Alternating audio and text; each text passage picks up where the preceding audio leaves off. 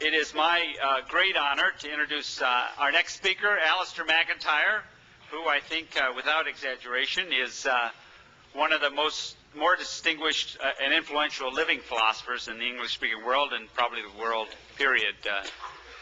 In fact, I think it's arguable that he may be one of the very few men to compete with John Paul II for the number of highly influential works on ethical issues in contemporary culture.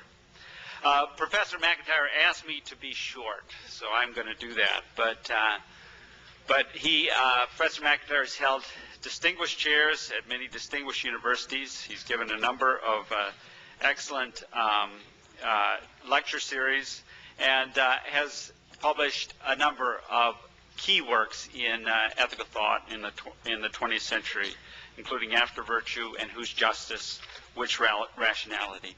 I think few thinkers have taught us more about the nature of intellectual culture, about the scope and limits of rational debate, about ethical issues, and I think few could do better to teach us about the challenge we face in cultivating a culture of life. So without further ado, I will introduce Professor MacIntyre to speak to us on pain, grief, and other signs of life. Professor MacIntyre.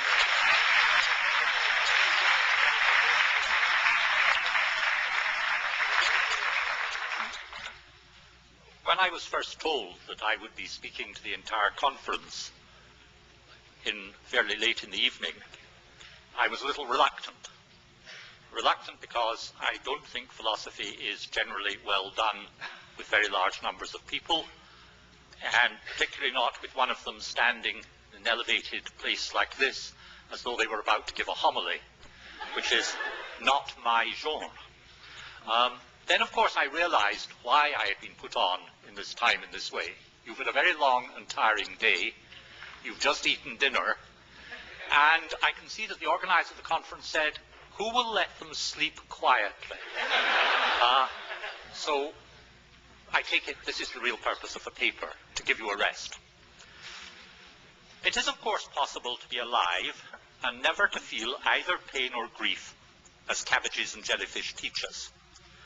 And it's possible to be the kind of animal who feels pain, but neither grief nor anything analogous to grief. For human beings, by contrast, pain and grief are essential aspects of experience. To be incapable of feeling either pain or grief is to be defective as a human being. Human beings are rational animals, and to be effective in those respects is to fail in respect of adequate rationality, or so I shall claim.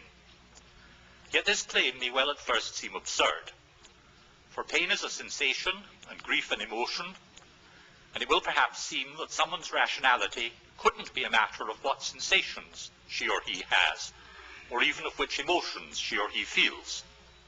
Our sensations, after all, depend on the vagaries of our neurophysiology, and our emotions on those of our biochemistry.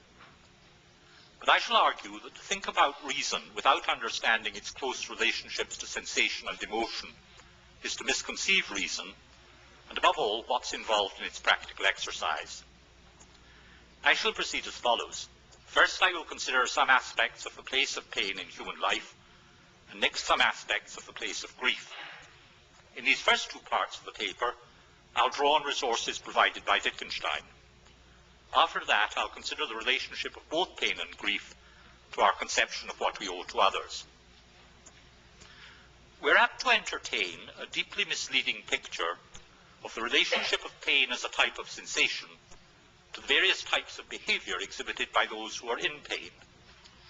According to this picture, pains as sensations belong to our inner mental life, while their expressions, screams, groans, facial contortions, clutchings, saying such things as "it hurts badly," belong to quite another realm, that of the bodily, the outer.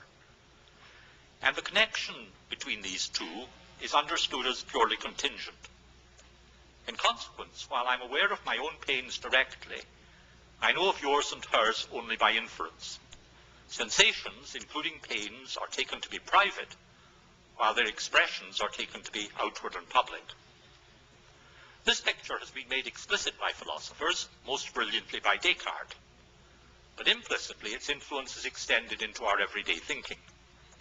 It has two unfortunate consequences. The first is that if this is indeed how things are, I can never know that someone else is in pain. For since I'm aware of the contingent connection between pains and their outward expression only in my own case, I have quite insufficient evidence to justify any inferences about other people, whether inferences from their screams and grimaces or inferences from what they say. A second unfortunate consequence is that none of us can ever know that we mean by the word pain what others mean by it. For even if we were all to agree that we mean by pain the name of some type of sensation, and on the view afforded by this picture, it's difficult to understand how we could even know that we all mean the same by the word sensation, we would have no means of knowing what type of sensation it was that others named by the word pain. So there's something very wrong with this picture, and if it were only a matter of a view elaborated by philosophers, we might well be content to leave it to them. But since it's also often presupposed by what passes for common sense among plain non-philosophical persons, it may therefore also corrupt their and our thinking about pain. So what is wrong with this picture? First, it mistakenly suggests that the connection between pain and its expression is purely contingent. But in fact, we mean by the word pain just that type of sensation whose primitive and natural behavioral expressions are of a certain kind. And it's this fact that enables us to learn the meaning of the word pain. Wittgenstein asked about sensations, and more especially about pain, and I quote, "How is the connection between the name and the thing named set up?"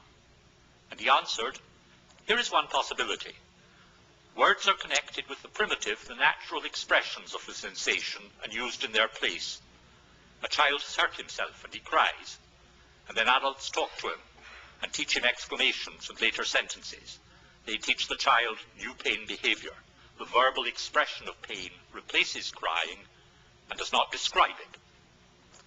Wittgenstein was not, of course, denying that to be in pain is one thing, to express it another. But he hoped to undermine any conception of the body as a mere outer shell within which the mental life of thoughts and feelings goes on. It's rather that bodily movements, in some cases voluntary, in others involuntary, are the expressive embodiment of thought and feeling.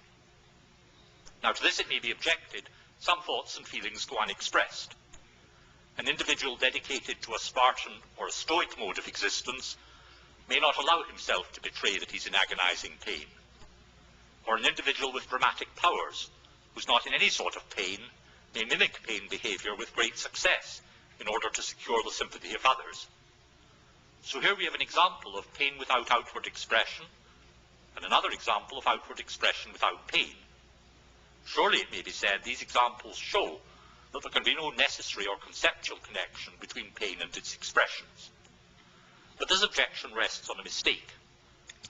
Not to evince one's pain in one's grimaces or groans or avowals when one is in pain, especially if it's intense pain, is deliberately to inhibit the primitive and natural expression of one's pain.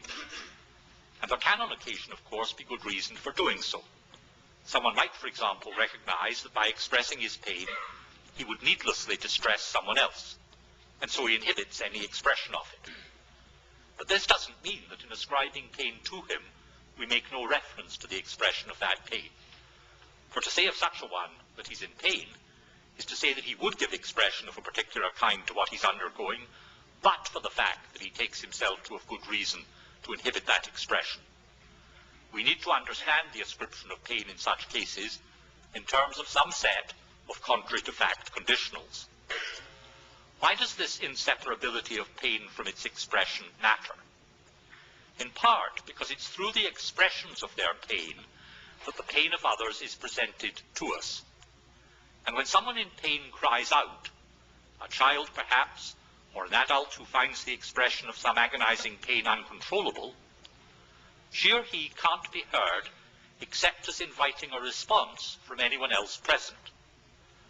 That invitation to respond derives from our shared knowledge that pain is not only an affliction in itself, but also a sign of injury or illness, and that therefore the expression of pain is also such a sign. And about injury or illness, it's always possible that something can be done. Something that, so the cry of pain tells us, needs to be done urgently. To be confronted by someone expressing pain is to be confronted by urgent need. Consider in this slide some different types of response to the expression of such need, and notice that by responding in one way rather than another, we inescapably define or redefine ourselves and our relationships to other human beings. Someone, a stranger to me, is struck by a falling object, falls semi-conscious to the ground, bleeding profusely and groaning loudly. I happen to be nearby and engrossed by a book that I'm reading, but my attention is distracted by the noise. Discovering what has happened, do I walk off rapidly elsewhere so that I can continue my reading undisturbed? Or do I rush to the stranger, do what I can to make him comfortable, and then run to summon help? Or do I perhaps rush to the stranger, ascertain whether he's a relative or friend, and if he is, go to his aid, but if not, depart to get on with my reading? Or do I instead say, here's a problem. How do I know how badly he's hurt? I can see the outward signs of pain, but what am I to infer? Is this really a case where I need to do something? Let's call the first of these types of response callous and inhumane, the second humane, the third grossly defective, and the fourth either philosophical or absurd. But notice that how we describe these types of response is not up to us. The nature of each type of response is such that it requires and compels description of just that kind. Someone who says, yes, the stranger was seriously hurt and needed help badly, and X could have provided just such help at no greater cost than that of interrupting his reading of the Critique of Pure Reason. But I see no reason to call X callous or inhumane. Either does not understand the English words callous and inhumane, or else has lost, or perhaps never possessed, anything like an adequate grasp of the concepts of callous and inhumane behavior. Someone might reveal a less than fully adequate grasp of those concepts by asking the question, what reason would X have had for going to the help of the injured stranger? What this question misleadingly obscures is that someone's being in pain, especially severe pain, of itself always provides us with a reason for action, and that taking it as a reason for action requires and can have no further justification. It may not, of course, provide us with a conclusive reason for action. A mother taking her gravely ill child to the hospital may have good reason not to be distracted by the pain of the stranger, and so may the messenger desperate to warn a threatened town that the dam is about to break. But in the absence of such other considerations, the grave pain of anyone whatsoever gives us the best of reasons to act. Not to recognize this is to have a defective conception of practical reasoning. Both our own pains and the pains of others give us reason to act, if possible, to alleviate the pain and to remove its cause. This is how sensations provide us with reasons for action, and our reasoning has the structure that it has only because this is so. For the reasons for action that are provided by such sensations have to be weighed against other types of reason for action. And how they are weighed in our everyday practice is one of the best indicators we have of the character of particular reasoners. Consider three different kinds of weight that may be attached to them. At one extreme, there is the individual whose own pains are overwhelmingly important to him, not only because he doesn't want to be in pain, but because his pains and the injuries or illness that are their causes frustrate him in the pursuit of his projects, and he gives overriding weight to his own projects. Next on the scale is the individual who does give weight to the pains of strangers, but only when everything else has been taken care of, including the pains of his own children. Such an individual may well be taken to be, may well in fact to some extent be, say, a good father, yet with this limitation that he may bring up his children to have the same limitations as himself. Limitations absent from a third type of individual, those for whom the extreme pain, or the threat of extreme pain or of death, that terminus for all pain, no matter to whom, always provides the strongest of reasons to act. I think here, for example, of those who during the Holocaust saved or attempted to save Jews, no matter what the threat of torture or death for themselves. When those of them who survived have been interviewed since, they have spoken with remarkable unanimity, even although their own religious and moral beliefs vary enormously.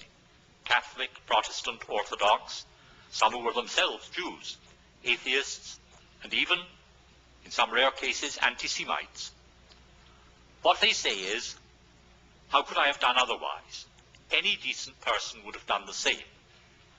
And in saying this, they make it clear that the common distinction between heroic morality and ordinary everyday morality can't be sustained.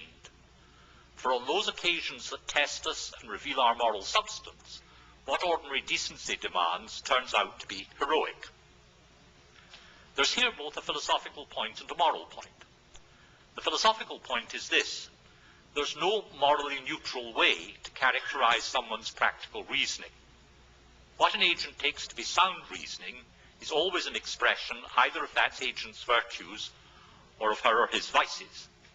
Conversely, no account of a virtue or vice is complete if it doesn't specify the kind of practical reasoning through which that virtue or vice finds expression. The moral point is this: what matters about character is in key part what we are pained by. To be pained is not, of course, the same as being in pain. And it's, of course, possible not to be pained, but instead pleased at being in pain. Consider, for example, someone suffering from nerve damage, perhaps as a result of a burn, who has been told by a physician that the first sign that the medical treatment is going to be successful and that the nerve damage will be repaired is that he will start to feel pain. He does so, and at once, even though the pain is becoming agonizing, is pleased that he feels pain, and would have been pained if he had not felt it. That one is or is not pained by the pain of others, and how far and in what circumstances and through what types of action this receives expression, are all thus integral aspects of character, revelatory of how we have sophisticated our initial responses to the expression by others of some of their most basic needs. And in defining ourselves with respect to those needs, we either open up the possibility of certain kinds of relationship with those others, and of the achievement of certain kinds of common good through those relationships, or else we debar ourselves from such relationships and from the achievement of such goods. Pain, then, is not merely an incidental or an accidental aspect of human life. Pain, our vulnerability to it, and our responsiveness to that vulnerability are aspects of our lives by reference to which much of our activity is ordered and by which we define ourselves. Subtract pain, and with it vulnerability, and our responses to them from human beings, and some central features of our form of life will also have been removed. But pain is not unique in this regard. I've said that being pained is not the same as being in pain. But sometimes, if one is intensely pained, it's not so very different from being in pain. The flinching, the continuing ache, the difficulty in focusing attention on anything else. And one form of being intensely pained is intense grief. Once again, I turn to Wittgenstein. Wittgenstein wrote, "For a second he felt violent pain." Why does it sound queer to say, "For a second he felt deep grief"? Is this only because it so seldom happens? What then is it that makes it impossible to feel genuinely deep grief only momentarily? Jane Austen, that supremely great exponent of virtue ethics, throws light on this question in Persuasion. In chapter 11, we are introduced to an officer of the British Royal Navy, a Captain Benwick, who had returned from a long term of duty at sea, expecting to marry his fiancée, Fanny Harville, only to find that she had died the previous summer. It seemed impossible to those who thought they knew him best, I quote, "for man to be more attached to woman than poor Benwick had been to Fanny Harville, or to be more deeply afflicted under the dreadful change." Of the intensity of Benwick's feelings no one has any doubt, and Benwick sincerely and wholeheartedly exhibits all the symptoms of grief. Yet quite soon, by chapter 18, and they're not very long chapters, it turns out that Captain Benwick has fallen equally wholeheartedly in love with Louisa Musgrove, but he was not in fact inconsolable. Of Captain Benwick we know then two things: that his grief may have been intensely felt, and that it was not intense grief. The measure of intensity, so far as grief is concerned, is that it endures, and it endures because it expresses an enduring attachment to its object. Grief thus differs from pain, but this is not because the one is an emotion, or to use an older and better vocabulary, a passion. and the other a sensation. For anger too is a passion, and yet intensely felt anger is intense anger. And it's quite possible to feel anger intensely, but only for a moment. Indeed, to be angry only for a moment. So what is it then that differentiates grief from pain? The important differences are twofold. First, grief can be reasonable or unreasonable, while pain cannot. Reasonable grief is grief proportioned to the value of its object. Someone who grieves to the same extent for the loss of some favorite possession, a piece of jewelry perhaps, as they do for the loss of their child, grieves unreasonably, either too much for the jewelry or too little for the child. That's to say, grief expresses a judgment about the value of what has been lost, and such judgments can be true or false, reasonable or unreasonable. That an object of grief has been of great value gives the individual who grieves a reason for acting as she or he does, by mourning for what is lost, by engaging in acts of remembrance. And secondly, it is as and how grief endures that the value that the individual placed and places upon what has been lost is shown. So someone's grief is revelatory in two ways. It discloses whether and how far a grieving individual's judgments of value are reasonable or unreasonable, and also how deeply or shallowly committed to this particular object of her or his evaluations and affections that individual was and is. And pain, of course, is not revelatory in either of these ways. Someone whose evaluations and affections are unreasonable or shallow and unenduring gives others good reason to be careful about entering into certain kinds of relationship with them. For in the latter case, he lacks the virtue of constancy, the virtue with which persuasion is principally concerned. And in the former case, we have been warned in advance that such a one cannot adequately distinguish good reasons from bad, so that we cannot expect to be able to deliberate with him about those choices that may be crucial both to us and to him. Secondly, grief can be shared while pain can't. We can, of course, sympathize with those in pain, and sometimes we merely sympathize with those who grieve. But on occasion, we do more than sympathize with those who grieve. We too grieve for the loss of the object of their grief, as his friends grieved with Captain Benwick for the Fanny Harville whom they too had known, and whose early death they too lamented. The bonds that grief can create in this way are different from the bonds of sympathy and gratitude that pain can engender. What I've been trying to suggest is that in a world of finite and transient beings, there can be no worthwhile evaluation and no genuine affection without the possibility and all too often the actuality of grief. Subtract grief from the world, and you will find that you have also subtracted a great many objects of value and a great many objects of affection. Moreover, the quality of our grief is inseparable from the quality of our practical reasoning.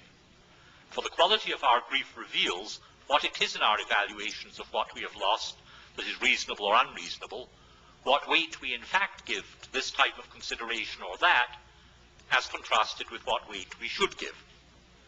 So as in the case of our attitudes to the pains of others, practical reasoning is what it is in key part because our griefs are what they are.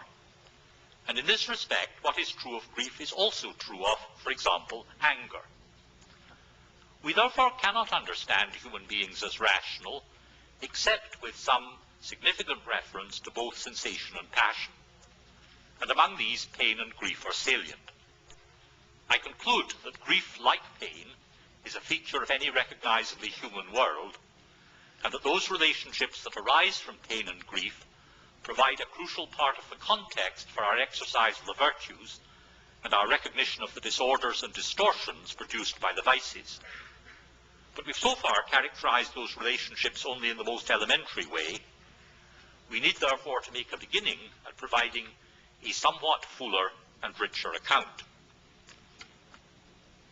Generally and characteristically, our first encounters with pain and grief occur within the family.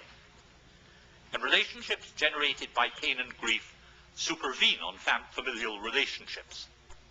In consequence, those relationships have at least two dimensions. The first is constituted by responsibilities assigned to particular positions within a family structure, such positions as those of mother or child or sibling or aunt. Just how such responsibilities are assigned varies, of course, from culture to culture.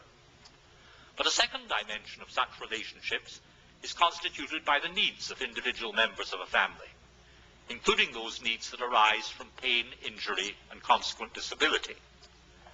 And we need to understand this second dimension if we're to understand what it is to succeed or fail as a family member, as well as what it is to succeed or fail as mother or child or sibling or aunt. A mother's responsibility is primarily for and to her own children, and only secondarily, and in a much less demanding way, for her siblings' children. But consider now the following type of case. Two children, two cousins, are playing together and simultaneously suffer injuries. The first child's injuries are superficial and easily dealt with. The second child's injuries are obviously serious, very painful, and possibly life-threatening. The only adult on the scene is the mother of the first child. Plainly, her primary responsibility in this situation is to her sibling's child rather than to her own. To act otherwise would be to be unresponsive to pain and injury.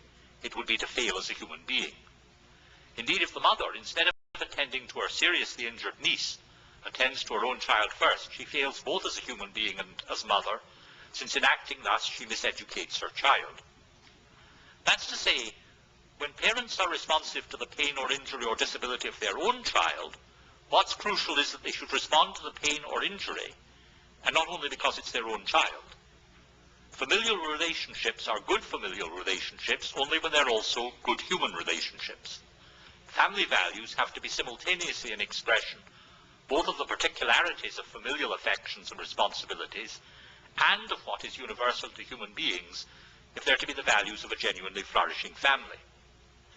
And as with pain, so it is too with grief. We are called upon to grieve with other members of our families, but what matters primarily is the nature and extent of the loss that calls for grief, rather than the degree of relationship.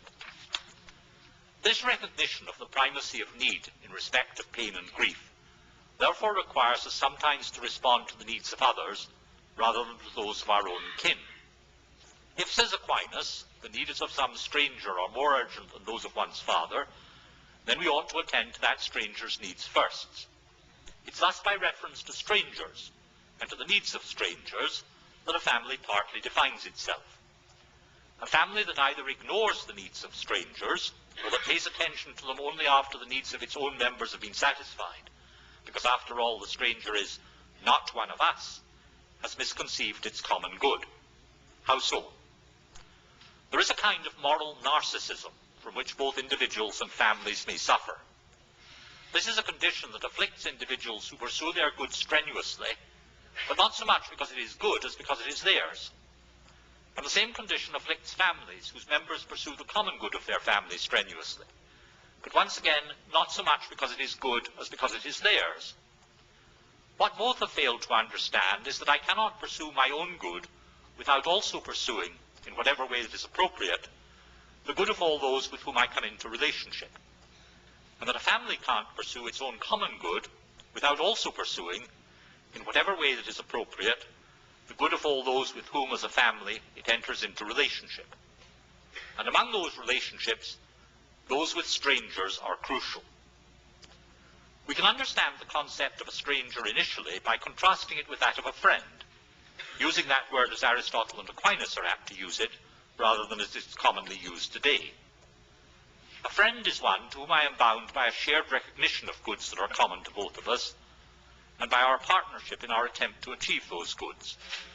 Mutual affection and enjoyment of each other are in part expressions of this shared recognition. And each friend is ready to respond to the other's need just because the other is her or his friend, and just because this kind of responsiveness is necessary to sustain this friendship.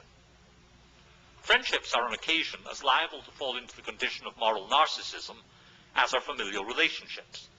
I can value my friend primarily because she or he is mine, and I can lose sight of the fact that friends, like individuals and families, can pursue their own good successfully only if they're also pursuing, in whatever way that is appropriate, the good of all those with whom they come into relationship. But things are very different in the case of the stranger. The stranger is recognizably not one of us, but an outsider, someone who speaks differently, dresses differently, perhaps acts offensively, perhaps smells bad to us. The stranger is someone who we tend to regard with indifference or suspicion or hostility. And the presence of a stranger in a group itself creates a psychological bond of a certain kind between those who are and recognize each other as members of that group. That kind of bond is always potentially and often actually dangerous, because it unites those who are bonded in a way that is not only different from, but incompatible with those relationships that aim at the achievement of some genuine common good.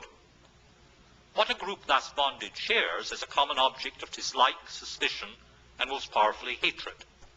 And it's able to justify its attitudes towards the stranger only by projecting onto the stranger those fears that its members are unable consciously to acknowledge.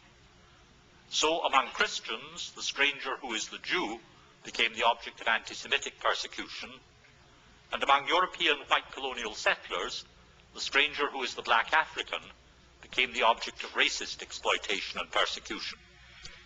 But even these examples may mislead us. For anti-Semitism and color prejudice are by now evils we've become extraordinarily good at identifying in others.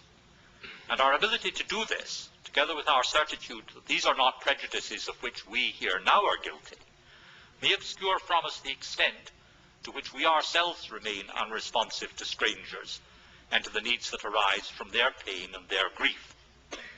I contrasted earlier the particularity of the relationships and responsibilities of family life with the universality of the requirement that we respond to the needs of others. But note that this universal requirement is itself always presented to us in particular terms. It's this particular stranger, in her or his particular situation, whose needs arising from her or his pain or grief I am to address, not those of humanity in general. What's required of us is not impersonal and egalitarian benevolence, let alone the pursuit of that chimera, the greatest happiness of the greatest number.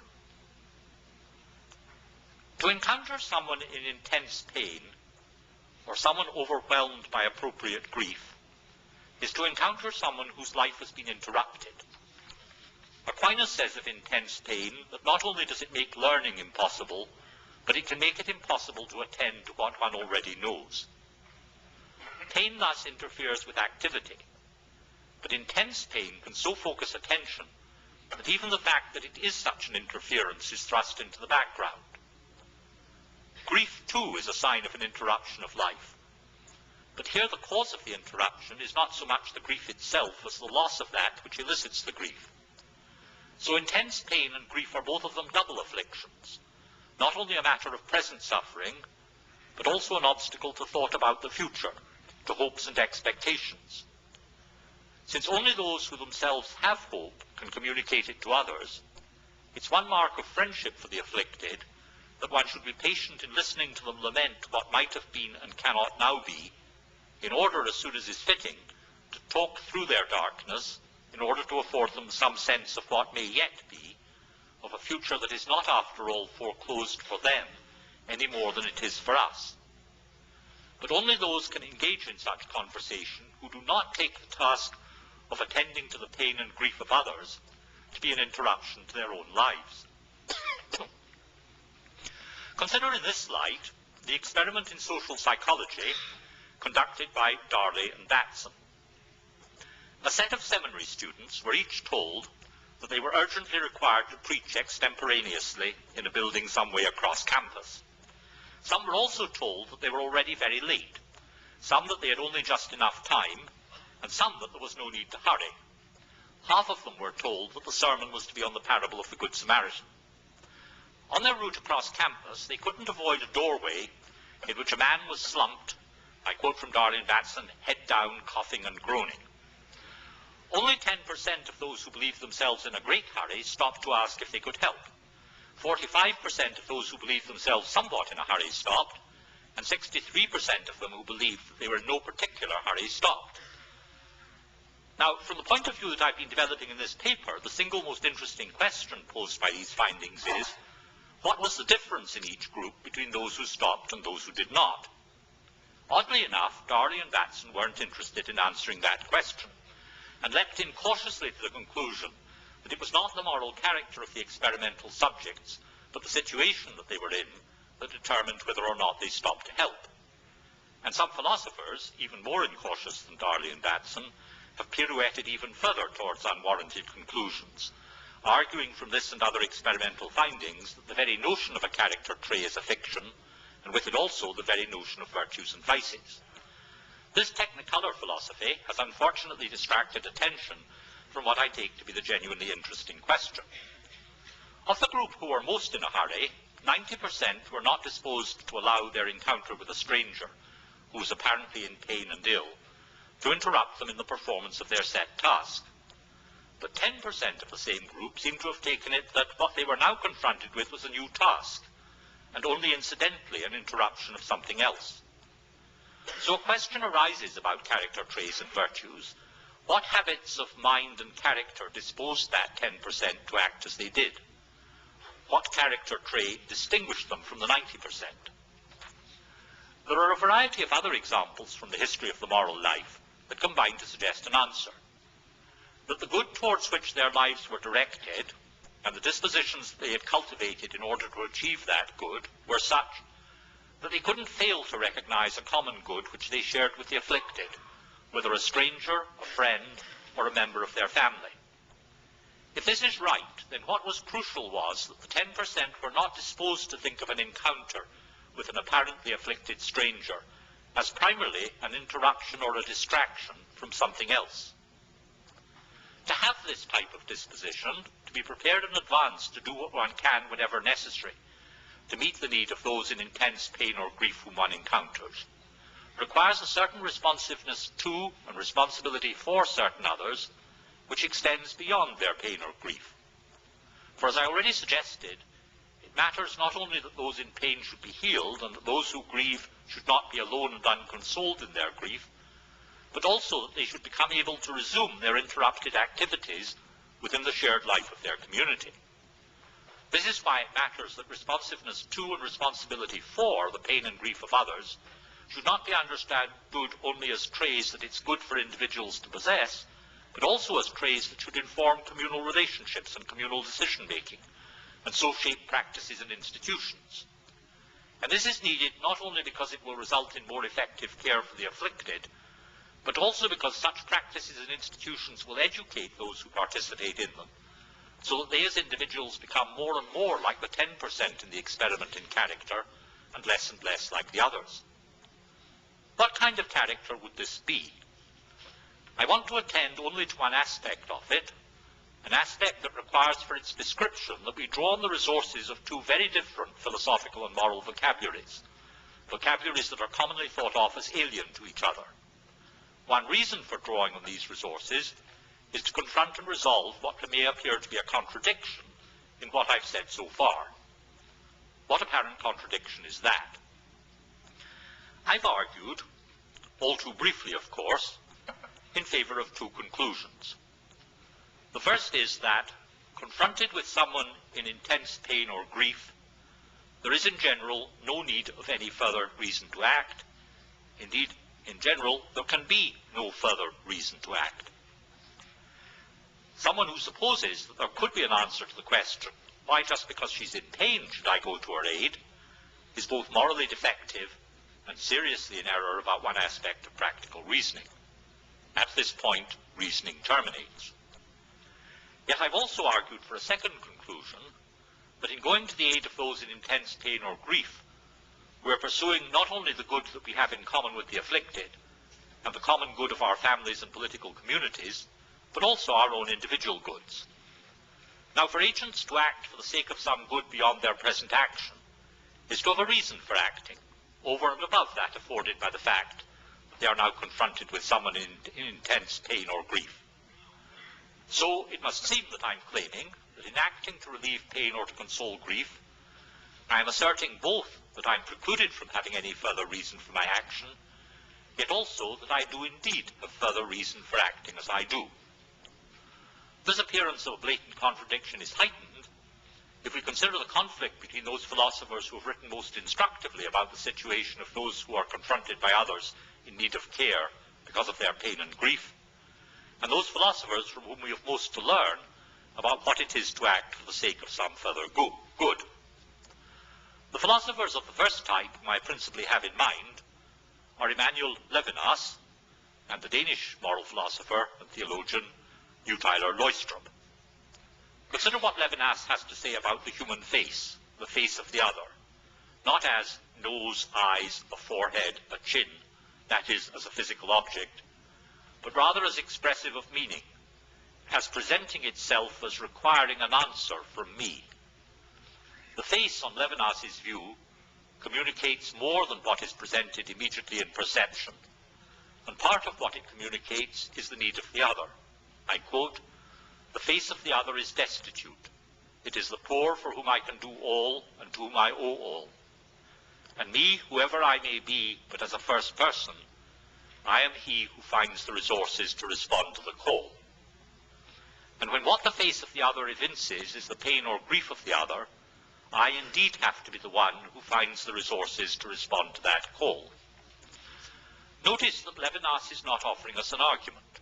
He is inviting us to recognize a crucial aspect of our experience.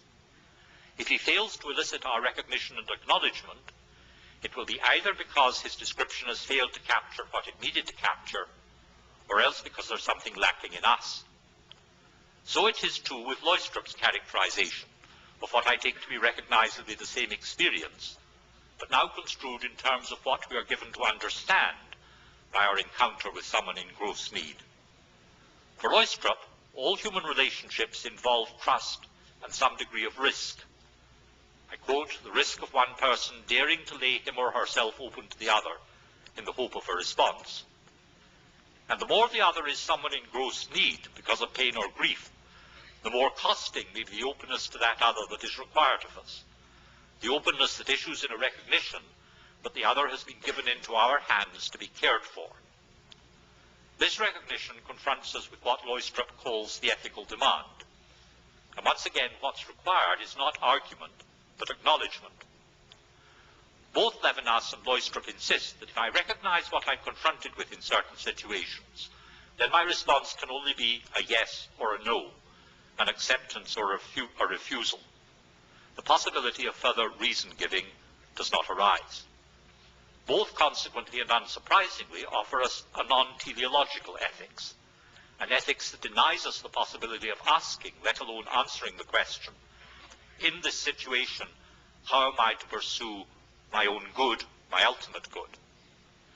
Yet both Aristotle, and especially Aquinas, insist not that this is a question that I can or should ask, but that it's a question that I always do ask, whether I'm aware of it or not, and that I answer just that question in such situations and in other situations by acting in this particular way rather than that. So it certainly seems that either I may agree with Levinas and Løgstrup, or with Aristotle and Aquinas, but with both only at the pain of entangling myself in contradiction, the very same contradiction that seemed to emerge from my own arguments. Yet, what appears to be a contradiction is not in fact one. And the appearance of contradiction is dissolved when we distinguish between reasons that we may or may not have for acting in certain ways in certain types of situation, and reasons that we may or may not have for becoming and being the kind of agent who acts accordingly. We do indeed have good reason to become the kind of individual whose practice of the virtues constitutes the kind of life through which we can achieve our good, something that we can achieve only in and through attempting to achieve the common goods that we share with others. But the practice of the virtues through which those individual and common goods are achieved has to be such that we value what the virtues require of us for its own sake, and not because of anything else, including in that anything else our own good. So some of the virtues require of us on occasion that we act uncalculatingly, without any more reason to act than is afforded by the circumstances of those whom we happen to have encountered. And to have the relevant dispositions will be to have become just that kind of agent from whom encounter with someone in gross need will always be apt to elicit just the kind of response characterized by Levinas and by Løgstrup. We therefore don't have to choose between the ethics of Aristotle and Aquinas on the one hand and the ethics of such 20th century phenomenologists on the other. It's rather that we need both, since each complements the other. And this is unsurprising, since all three philosophers, even in their purely secular thinking, were deeply influenced by the same scriptures. But without what Aquinas supplies, the ethics of Levinas and the ethics of Loistrup both lack an important dimension, are both in an important way defective. Why so?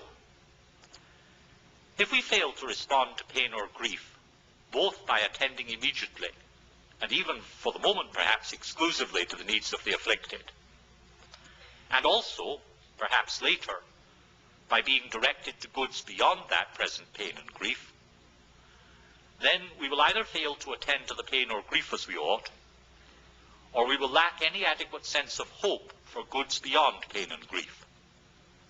Levinas and Loistrup teach us that hope without compassion only masquerades as a virtue. But it's also, and quite as importantly, true that compassion without hope, while it may attempt to address pain and grief, cannot address the despair that they may and often do generate. I argued in the earlier parts of this paper that pain and grief are ineliminable features of the human world. We're all of us vulnerable to them, and many are gravely afflicted by them. But to recognize the full extent of human affliction, and to do no more than this, would be for any normal person intolerable. Psychological studies have shown that those of us with mildly depressive personalities are more apt to see things as they really are than are the psychologically normal. The psychologically normal, that's to say the vast majority in our own culture, are to some degree successful in disguising from themselves just how bad a place the world is. One aim of this paper has been to undermine the defenses of the psychologically normal. We who are mildly depressive like doing this. But to do so in a way that shows the need for a well-grounded hope beyond pain and grief, and thus makes the thought of pain and grief as they are tolerable, even if only barely tolerable. How we should conceive of that necessary hope lies beyond the scope of this paper, though I should remark in closing that much of what we have to understand in order to conceive rightly of the relationship of hope to pain and grief can't be supplied by any philosophical paper or any argument. It's in quite other directions that we need to look.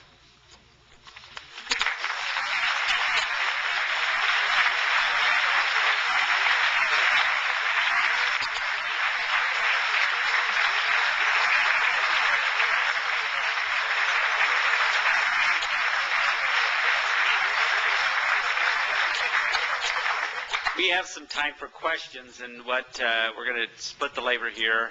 I'm going to call on the questioner, and Professor MacIntyre is going to answer the question. So,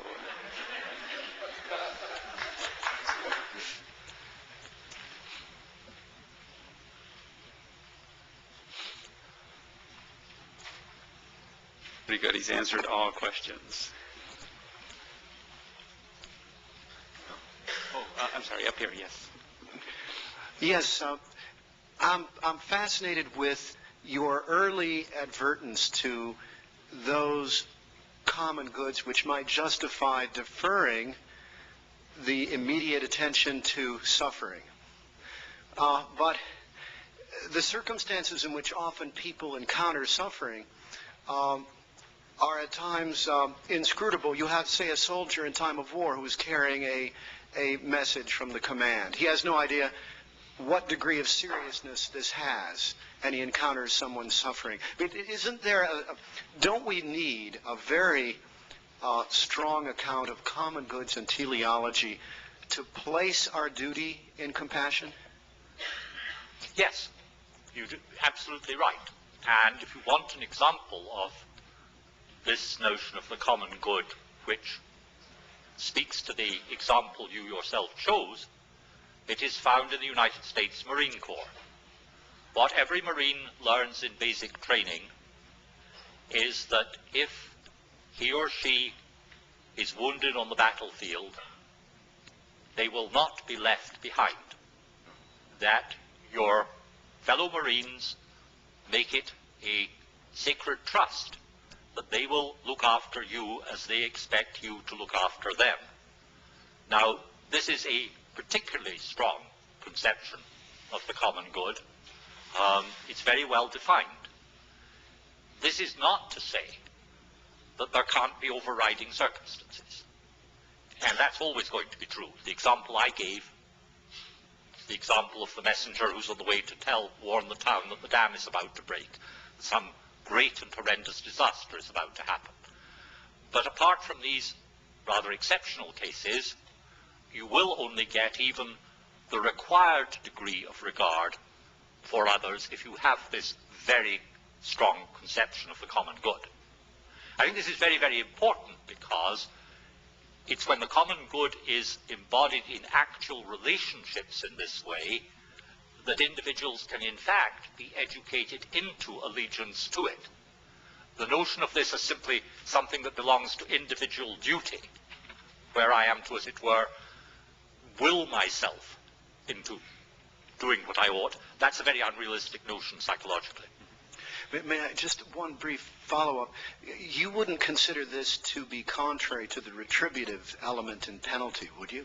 A retributive element in what? In penalty, in punishment, where it seems that we're actually obligated to impose a certain affliction. Well, let's talk about what we might impose and what we might not. It seems to be extremely important that whatever is involved in punishment, it shouldn't be the infliction of pain except in the most severely restricted circumstances. In fact, of course, we don't make the right distinctions here. We don't just put people in prison and deprive them of their liberty. We also ensure that they suffer pain, literal physical pain as well as psychological pain in all sorts of ways. That just seems to me actually immoral. It's also, I happen to be somebody who believes perhaps rather more strongly than many do now in the legitimacy of the death penalty in certain circumstances. It's extremely important that the death penalty should be administered with as little pain and as little other affliction as possible, so that if you're going to, in fact, introduce the notion of pain in association with penalty, it has to be in an extraordinarily guarded way. And the fact that we don't do this is, I think, closely bound up with our not caring about pain in other respects too. It isn't that it's just being inhumane in the realm of punishment. Thank you. You might go to the microphone over here. Would you stand up and go to the microphone? Thank you for that, for me, very provocative and helpful presentation. What I'm interested in is this, and I don't know whether you can help me or not. I am personally interested in third world underdeveloped, and I'm interested in the people in pain. And I'll take the example of a family where the children are starving, the children are in pain, and the parents are not only in pain, but they're in tremendous grief. Now, my interest is this, to make that context, that situation, as present for a person of virtue who is not geographically there, as your man in the vestibule or whatever it was for the students crossing campus. I think, just a bit of a follow-up on that, I think we have a tremendous amount of goodwill in people in this country. I think we have a tremendous amount of goodwill in people in this room. I'm sure we have people in this room of the virtue that you're talking about. And I'm sure if we walked out the door and saw a person, as you described, maybe more than 10% would respond. The problem that I take on for myself, well, I'm sure you have it already, but is to move the virtuous to the context where there is more pain, grief than in the circle itself. I mean, first, I think we may disagree about what it is that stops people moving, because I think there is less goodwill than you think there is. And the reason why I think there is less goodwill I can bring out in the following way. The philosopher Peter Unger recently wrote a book in which he argues very plainly and powerfully that most of us ought to give a much larger proportion of our income than we actually do to people in gross need, and he's thinking here particularly of third world countries, the kind of situation you're talking about. I may say about Peter Unger that he is himself somebody who has done this in a very striking way. My colleague Neil Delaney has presented the arguments of these books to honours students at Notre Dame. And I, as part of this presentation, have also talked with these students, and it's very interesting where they draw the line.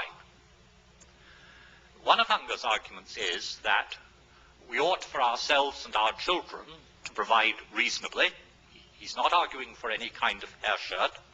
We are to provide reasonably for ourselves, but not excessively.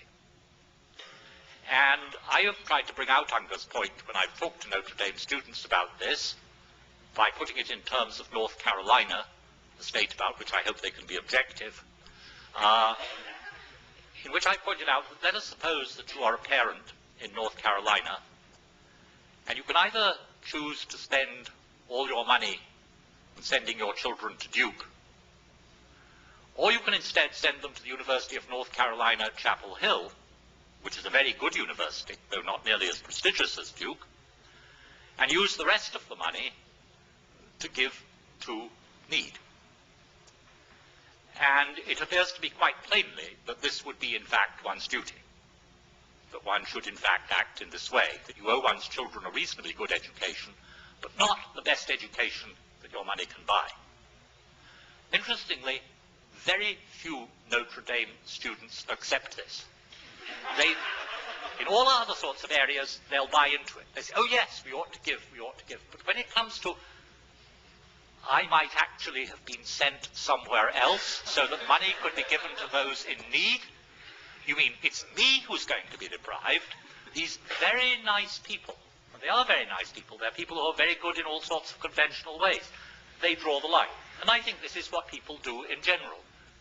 I think that the people whom we think of as virtuous are virtuous up to the point at which it hurts in a particular way. And that the moment, the line that has to be first crossed is the line that breaks with this conventional notion. And the general impact of Peter Unger's book confirms me in this. So that's the first stage. The second stage, one where I think Notre Dame students do, having talked about how badly they do in certain respects, let me talk about the ways they do well. For our students, as for yours, there are a great many who, after they graduate,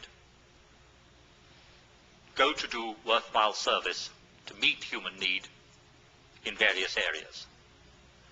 It seems to me that, in fact, it ought to become part of the fabric of the moral life that people give up part of their lives to going to where the need actually is. Not just in imagination, not just so that they can donate, but actually doing it physically. And what this requires is a reconception of the notion of a career. Now, interestingly, this reconception is already happening to some degree. I mean, anybody confronted with the choice between, on the one hand, going to help those in urgent need, or on the other hand, going to law school immediately, who chooses law school, is probably semi-insane. I mean, it's actually, you know, would be very... I think there's a very strong case that can be made institutionally for people delaying their start of their professional careers in a radical way. Now, this in itself is not going to generate compassion. It's going to generate the institutional forms through which there are fewer barriers to compassion. I don't know whether this answers your point at all. No, it certainly doesn't answer all of it. It's just a beginning. Question. I wonder if we could return to the link excuse me, between pain and punishment. This is of interest, I think, to many of us who were in an earlier session examining arguments for and against capital punishment and the place of retribution, you know, in the scale of values. It strikes me, for whatever ordinary language is worth, that the English language takes its word pain from the Latin word poena for punishment. We don't seem to have a primitive notion of pain in Anglo-Saxon that's not imported from the notion of punishment. And I wonder if in some sense this might be suggestive that punishment by its very definition must include an element of pain. I think to allow etymology to dictate one's morality would be, well, to use a technical term, silly.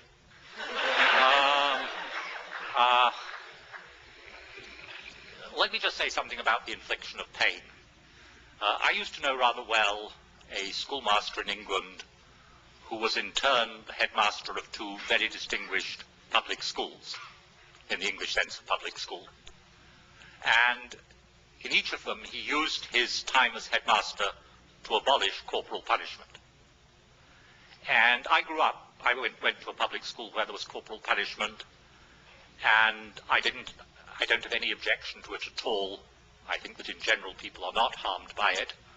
I think it can be a very good way of inducing one to want to learn Greek irregular verbs rather more than one does otherwise.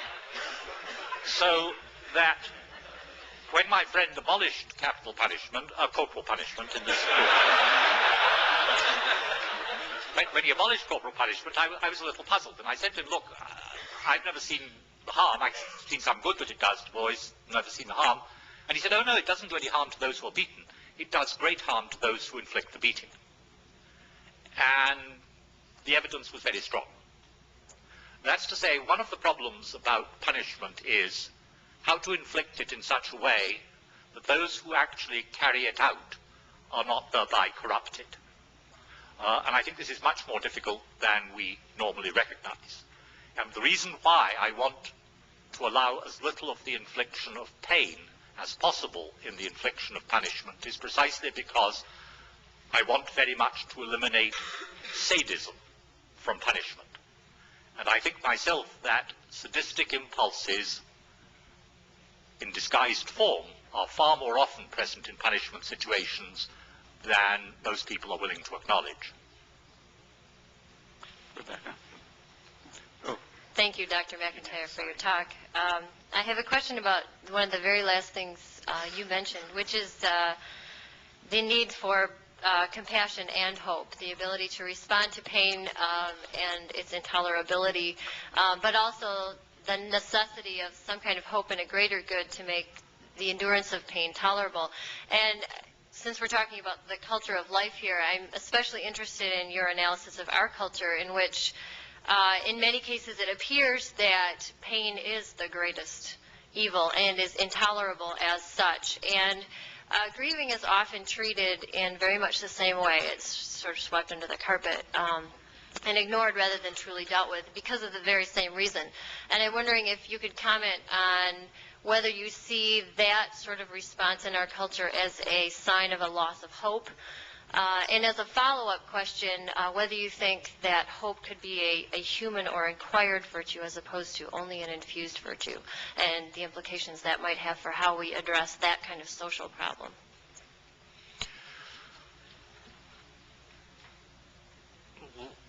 I mean, obviously this is too large a question to do more than sort of just say one or two relevant things. Let's begin with the very end with what you said about hope as a virtue. It's very clear, I think, that human beings cannot do without hope. That it's not like, hope in this sense is not like other virtues, because people find it very easy to dispense with all sorts of virtues. They don't find it possible generally to dispense with some form of hope. And I think it is possible to elicit from people, it's rather difficult to do, but it is possible to elicit from people what the nature of their hope is. It's brought out, of course, in a very almost trivial way in the number of people who buy tickets for the lottery. A practice that could only be carried through by people who either were wholly ignorant of the theory of probability in every form, or else had some non-rational hope. And it's clear people have non-rational hope. So I don't think of hope in this sense as a virtue. I think of it as an ineliminable feature of human life. And in this form, it can be destroyed. People can become hopeless. They can see no way forward. And very often, when they see no way forward, they kill themselves. And it's worth looking, I think, at suicide and how suicides happen, because I think our lack of understanding of certain types of suicide is bound up with our lack of understanding of what it is that erodes and destroys hope. I don't think that hope is a moral virtue or can be a moral virtue in the way in which justice or temperateness or courage is. I don't think, as it were, you can acquire hope by habituation, not even by waking up every morning and saying, I will be hopeful today, I will be hopeful today, I will be hopeful today, which I think a lot of people do. It doesn't work. That's why I think that hope is an infused virtue. It's a virtue for which we need to pray. It's a virtue that, if we have it, is a gift. And I'll not pursue that further, but that's where you have to begin. When it comes to pain, one reason why people address pain as they do is because they don't know how to talk about hope. And therefore, focusing on the pain itself, getting rid of the present infliction, this appears to be something that we can do something about, as against the hope. And partly this is a matter of not knowing how to talk about hope, partly it's a matter of not wanting to take responsibility of any kind for someone else's future. Because insofar as you talk with someone else about what they can hope for, you are laying yourself open to them in another way. And it's a way that we resist laying ourselves open to others. So I take it your initial point about how we attend to pain without attending to hope is quite right, that that is indeed how things are, and that's part of the reason. Gentleman upstairs. I'm interested in the example of the 90% of the students who did not respond. And the question I have is, would the individual in pain have any claim on the virtuous assistance of another? And I introduce, I guess, the topic, maybe it's too large to discuss, but the topic of rights. In the context of virtue and obligations, where do rights fit in? Where do rights? Rights. Like, could I say that I have a right to one's assistance if I'm in pain? Oh, okay. Again, too large a question, but let me say a number of things briefly. I have no objection to ascribing rights to individuals if all you mean by this is that there are some things that we ought to do to others and for others, and there are some things we ought not to do to others and for others. So, since it's true that I ought not to take innocent life, then if you are an innocent life, you have a right not to have your life taken by me. This is just rather a cumbrous way of talking, but there's nothing wrong with it. There's a much stronger sense, however, in which it is widely believed in our cultures that individuals have inviolable rights attaching to them qua individuals, in virtue of which something is owed to them. My view, like Jeremy Bentham's, is rights are fictions. There's no such thing in this sense, and the responsiveness which I am required to show to the particular human being is not grounded on a right, and indeed to say, but he has a right to your assistance, this does nothing, it adds nothing, it's empty, it's idle. Now that doesn't mean that rights in another sense, a third sense, are not very, very important, and I mean the rights imposed by positive law. There are states, nation states elsewhere, states in this country that have Good Samaritan laws.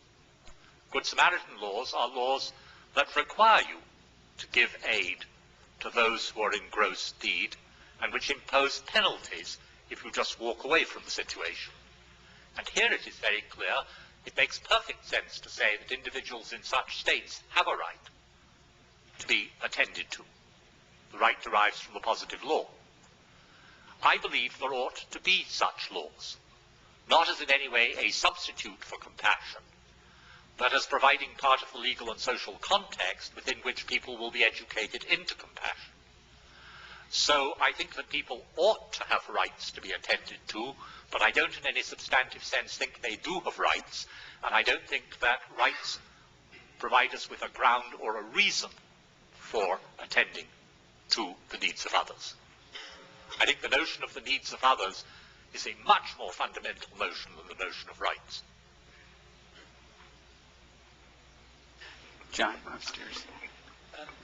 Could I ask you to reflect, if you would, on an aspect of the earlier phase of your talk and the more general issue that confronts us, I think, as we try to argue about culture of life issues in the society and in societies that seem in certain ways to be indifferent to them. And the linking thought is this, that it sometimes seems as if the dialectical resources are exhausted, and what you want to say is that, look, there's something that they don't seem to see. Now, I think that to understand that, we might have to introduce notions of cultural blindness, perhaps even cultural insanity. And I want to sort of try to approach that by your remarks about pain, because I think there's an interesting range of cases about which I just don't know what to say. I'm interested in what you might have to say about them, and it's this.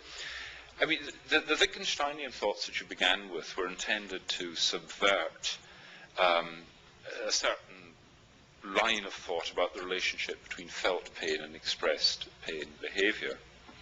And the idea, I take it, was that, look, in learning expressions, terms for pain and so on, observation of people's writhing, grimacing and such like is constitutive of that. And so it's part of a sort of common sense realism here that you address skepticism by pointing out the skeptic can't even state what they want to state. You know, could they be like this but not be in pain, or could they be in pain and not be like this? And you say, well, what do you think pain meant, and so on.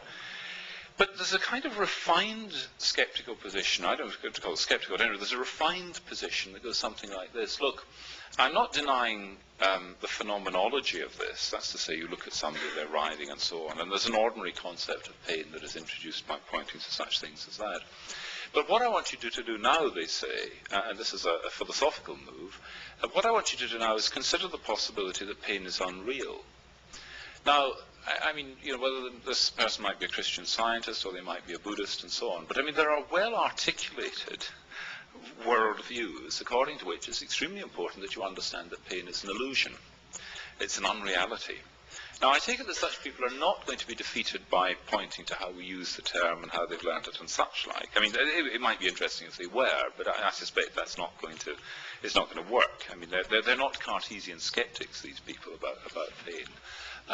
They might grant that the use of the term pain that is given in the way that Wittgenstein thought it was and such like and so on. But they think that one of the things that reason enables us to do, or reflection enables us to do, is well, get beyond that. And now comes the conclusion that pain is an illusion. Now imagine such a person who is a principled Christian Scientist or Buddhist and so on, and they say, like the mother of whom you said, you know, that in being a good mother she has to teach the child about who you respond to and so on. And they say, look, the important thing in teaching people is that you don't respond to people who are writhing around. Because if you're really going to be rigorous about this, you can't be sentimental and indulge it here and indulge it there. There's a moral teaching to be taught. And rigorously teaching that means you are indifferent to the pains of others, just as you're indifferent to the pain of yourself. Now, I don't think it's fanciful to suppose that something of that sort is actually featured in the lives of people, and indeed of nations. It seems to me that one might want to say, well, it's mad. But it's a kind of refined insanity that only, you know, philosophy and a culture could achieve. And here's the thought. I mean, just the question is whether or not this isn't a possible Well, first of all, whether that might not be the right thing to say about certain cases, but also whether it mightn't be the problem that we face as a kind of refined insanity in our own societies about questions of death and so on, where people can simply look at aborted fetuses in dustbin liners and such like and say the thing that my refined Buddhist or Christian scientist wants to say about pain. Of course, I see all of that, but I've got something better to say about it. Good. No, I mean, this seems to be a very important question. So let me begin by very briefly reiterating what I said at the beginning, where I tried to learn from Wittgenstein how we should think about the relationship of pain to its expressions, and this because it's in the expression of their pain that the pain of others is present to us. And just as Wittgenstein thought it a natural and primitive response to feeling pain to express it in a particular way, I have been arguing that there is an equally basic responsiveness elicited by the pain of others, and that we can indeed inhibit this, distort it, deny it in various ways. I think John Haldane is quite right that just because someone who doesn't see that the pain of others gives us reason to act isn't going to be argued into this. I mean, that's very clear, and that was part of my own argument. And this means that someone who does not see this, how do we change them? How do we change their imagination? Let me begin with a much easier example than the one that John Haldane used. If you are trained as a physician, you will be trained to regard pain clinically, and if you have a good training as a physician, you will both be able to regard pain clinically and to exhibit genuine compassion for those who are in pain. But sometimes a bad effect of a bad clinical training is to produce a kind of physician, or even on occasion a kind of nurse, who regards pain as just one more symptom. I was once in a British hospital suffering from a particular ailment that involves a good deal of pain, where what we were told very sternly by the nurses was that pain is an important symptom, and it always might be the case any time in the 24 hours that a physician needed to examine you and to know just how bad the pain was, and therefore you weren't allowed to have painkillers. And this involved the development in the professional training of both nurses and physicians in these particular wards of a professional inhumanity. Now, just as you see how this inhumanity can be produced culturally, so I think it's possible culturally to respond, to find ways to correct this, to find ways to get people to imagine better. If we were to take the example John Haldane used, that is of people who very seriously think that pain is an illusion, that it's not part of reality, I'm quite sure that with such people you don't begin by talking to them about pain or by exposing them to people who are in pain, because in order to hold their view, they've already had to defend themselves against this. What's wrong with them is not primarily their view of pain, but their view of reality, and their view of what constitutes illusion.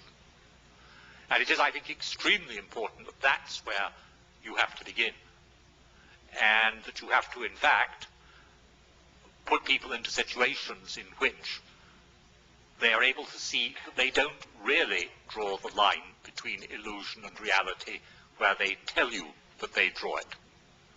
I think here that it's very, very important that how people act is not always at all the same as how they take themselves to act, and that very often the best way to undermine someone's distorted beliefs is precisely by making them aware of how they actually act rather than how they think they do.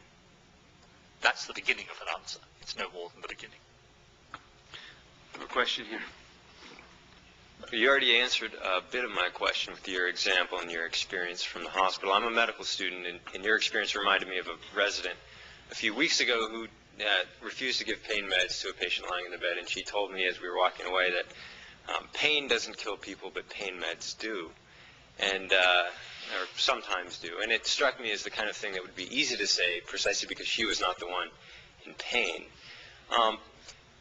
My question is not how do we avoid that sort of callousness, but I see that oftentimes, for the sake of healing, physicians, particularly a surgeon, would have to cause pain, and at least in the short term, on balance, perhaps cause more pain than they relieve. I mean, when someone comes in for surgery, usually they're in much more pain after than before, and when we send them home, they're still in pain, and we may not see the effect, you know, down the road in a few years of the pain that we save them from.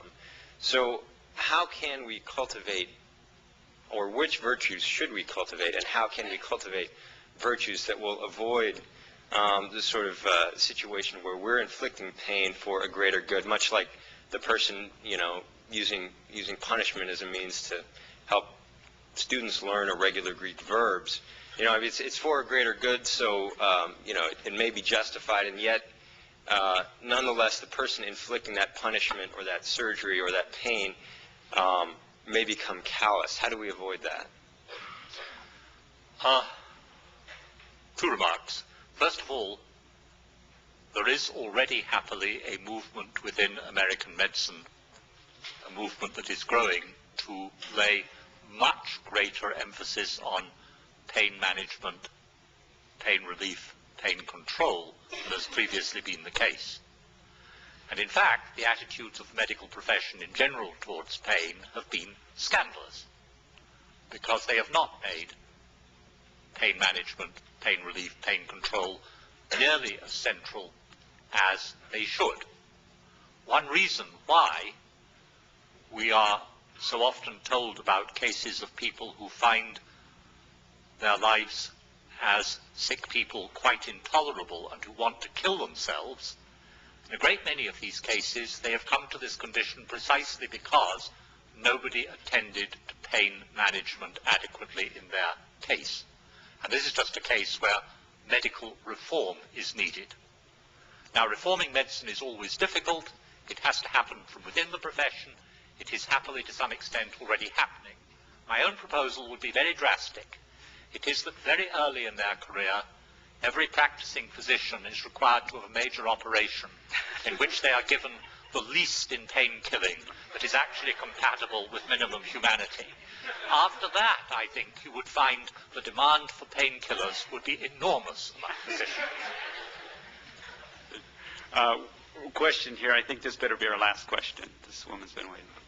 Professor MacIntyre, I was wondering if you could just say a little more about the relationship between our response that's demanded to pain in whomever it occurs and the response that's demanded to pain and grief in family members, friends, fellow citizens, and whether or not there's some greater virtue in a response to the grief or pain of a stranger than that of a loved one.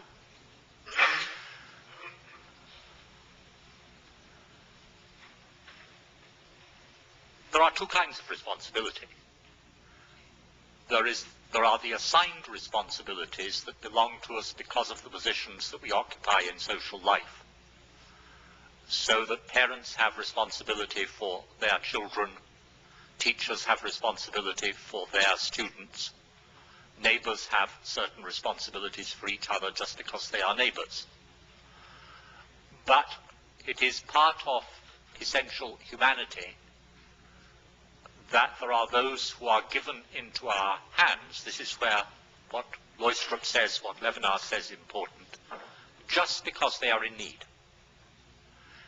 And two things are important. First, that if we disown this responsibility, we disown one of the most salient and important characteristics that humans have.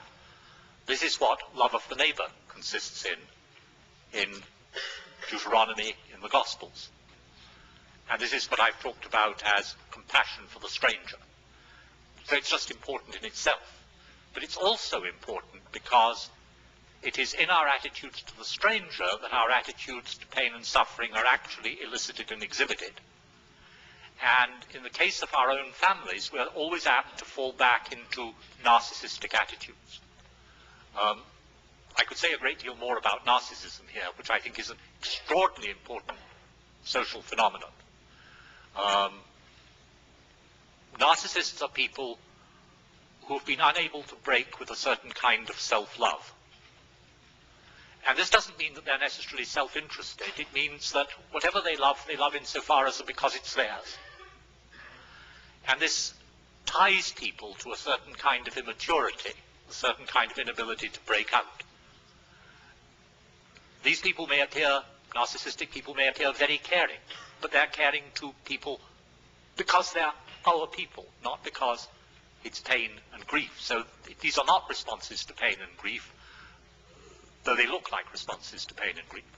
It's with the stranger that you get the pure case of response to pain or grief. And this is why the stranger is so centrally important. Now, who the strangers are in one's own life, this is pure contingency. There are never any, it's not a problem to find them. There are always too many. And the problem here again is that you may be as a result of a certain degree of narcissism, blind to the stranger just because the stranger is geographically far off.